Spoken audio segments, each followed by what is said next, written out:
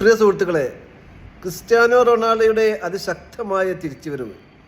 ആ കളിക്കാണ് ഇന്നലെ ഉസ്ബെക്കിസ്ഥാനെതിരെ നമ്മൾ കാണാൻ കഴിഞ്ഞത്. റൊണാൾഡോ എമ്മാതിരി ഫോം, മാത്രമല്ല 2 ഗോളും.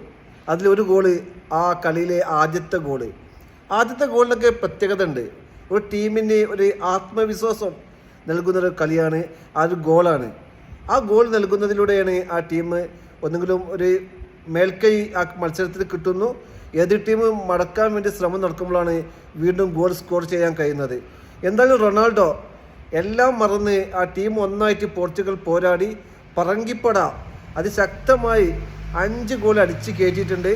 എന്തായാലും റൊണാൾഡോ ഈ 41 വയസ്സിലും ഇരട്ട ഗോളടിച്ച് ഒരു ലോകകപ്പ് ചരിത്രത്തിൽ പ്രായം കൂടിയ കളിക്കാരൻ നേടുന്ന ഇരട്ട ഗോൾ എന്ന ബഹുമതി കരസ്ഥമാക്കി.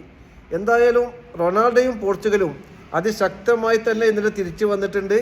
എന്തായാലും ആ ടീം ഇനി നമുക്ക് വേൾഡ് കപ്പിൽ ഒരു നല്ലൊരു പെർഫോമൻസ് അവരിൽ നിന്നും പ്രതീക്ഷിക്കാം. കപ്പ് വരെ റൊണാൾഡോക്ക് കിട്ടണമെന്നാണ് ലോകമെമ്പാടുള്ള ഫുട്ബോൾ പ്രേമികളുടെ ഒരു ആവശ്യം, ഒരു ആഗ്രഹം.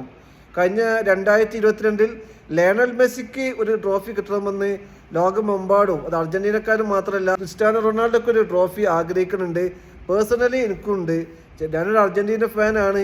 പല ആളുകളും ചോദിച്ച്, അർജന്റീന ഫാനാണെങ്കിൽ അർജന്റീന പോർച്ചുഗൽ മത്സരം വന്നാൽ എന്താണ് ആഗ്രഹിക്കണമെന്ന്. പക്ഷേ അർജന്റീന പോർച്ചുഗൽ മത്സരം ഒരു ഫൈനലിൽ വരികയാണെങ്കിൽ തീർച്ചയായും അർജന്റീനക്ക് കപ്പടിക്കണമെന്നാണ് നമ്മുടെ ആഗ്രഹം.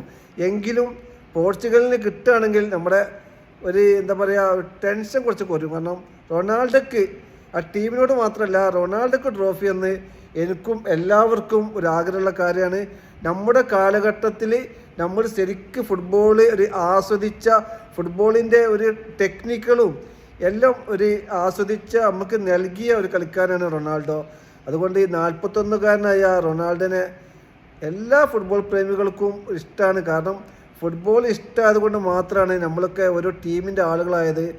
അതുകൊണ്ട് നമുക്ക് റൊണാൾഡോൻ്റെ ആ ഫോം വളരെ സന്തോഷമാണ്. റൊണാൾഡോൻ്റെ ടീം ഫൈനലിൽ എത്തട്ടെ, കപ്പടിക്കട്ടെ, റൊണാൾഡോക്കൊരു ട്രോഫി കിട്ടട്ടെ. ഓക്കെ.